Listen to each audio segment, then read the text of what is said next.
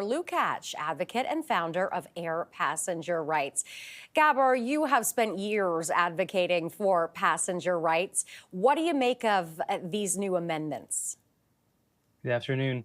The new amendments are no more than window dressing to the status quo.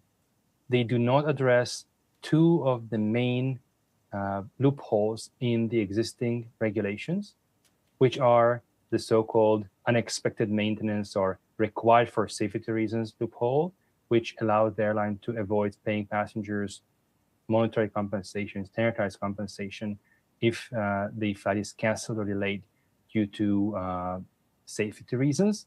And the other loophole being the very narrow definition of denial of boarding, where many passengers who should be getting compensation, for example, people who just show up at the airport on time with passports, but erroneously denied even a boarding pass, are not getting currently compensation that should be owed to them because, in fact, they are being denied boarding.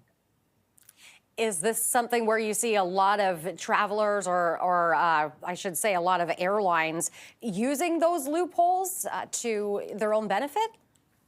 Yes, both of these loopholes have been used many times, especially the so-called required for safety reasons loophole. That is a common excuse by the airline to avoid paying passengers lump sum compensation. And make no mistake, in Europe, which has the gold standard of passenger protection, when a flight is delayed or canceled because of any kind of maintenance issue, however unexpected it may be, the airline still has to pay passengers standardized compensation. So in Europe, passengers don't have to choose between compensation and safety. There is no reason why in Canada, passengers should have to make that kind of choice. Let's dig a little deeper here. Now, under these proposed amendments, there's now a section called exceptional circumstances, which includes, as you mentioned, security threats, unscheduled airport closures, among other things. Can you explain this a little bit more to us? How significant are those amendments?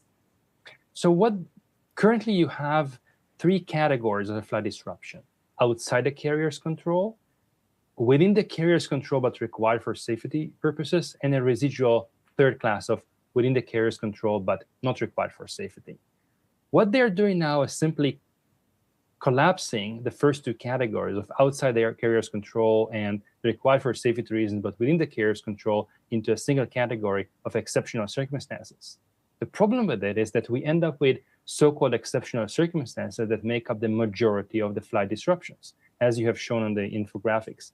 More than one half, 53% of flight delays fall within this category of exceptional circumstances, and passengers would not be getting compensation for that flight delay. Similarly, more than 2/3 of the flight cancellations, 69%, would fall under the category of exceptional circumstances. So in more than 2/3 of the cases, when a flight is canceled, under this proposal, passengers would see no lump sum compensation.